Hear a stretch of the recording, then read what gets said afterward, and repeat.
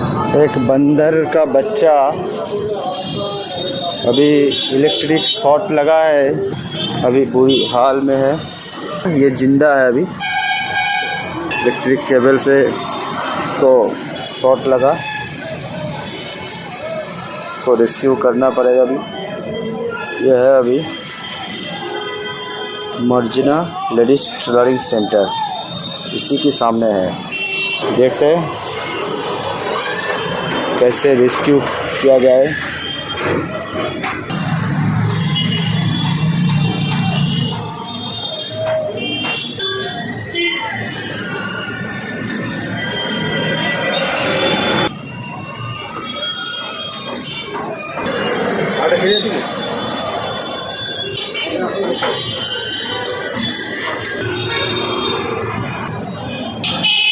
हालत बहुत बुरी है इसका।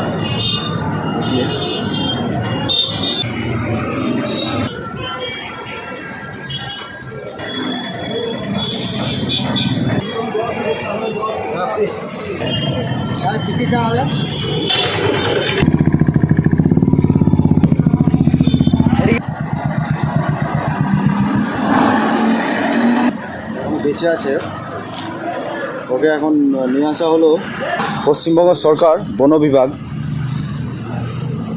এখানে নিয়ে আসা হলো বীরভূম বন বিভাগ।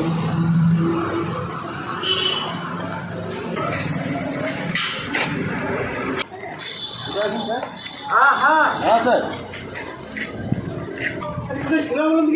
এটা ওই আপনার ইয়ে করে হাত থেকে পড়ে একটা ট্রেনের কেন্দ্রে নিয়ে আসুন। দেখুন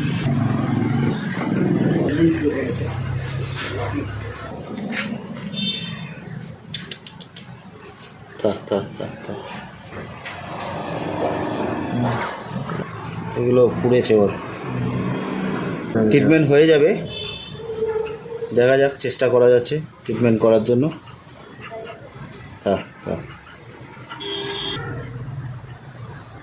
ঠিক আছে, হয়ে যাবে, ভালো হয়ে যাবে, ভালো হয়ে যাবে, ভালো হয়ে যাবে।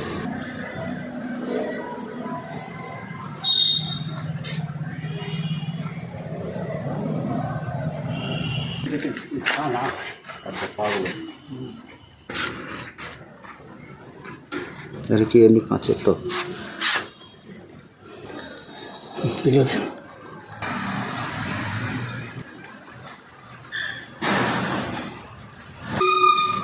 বুঝলেন।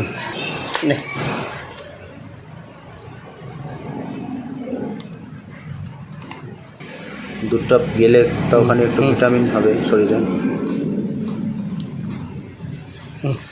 ট্রিটমেন্টের জন্য এদের তো ব্যবস্থা নিজেদের কিছু নেই না। এর মাটা দেখছিলাম চারিদিক থেকে মানুষের কাছে ভিড়ে ছুটে বেড়াচ্ছে, হ্যাঁ, সাহায্যের জন্য কিন্তু ছুটে বেড়াচ্ছে। সুনীল ডাক্তারবাবু আমাদের চলে এসছেন, যার ট্রিটমেন্ট শুরু হবে।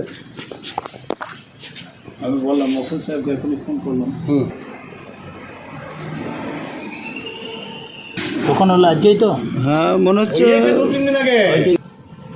বাবু বুঝতে পারছো না? আমাকে খবর দিয়েছিল একজন, আমি খুঁজে খুঁজে বার করলাম। আচ্ছা, একটা মা হাতি তাকে কুড়ে কুড়ে নিয়ে ঘুরে বেড়াচ্ছে। ওই জন্য জিজ্ঞেস করছি, সব মুখ করে আসতে পারবে না?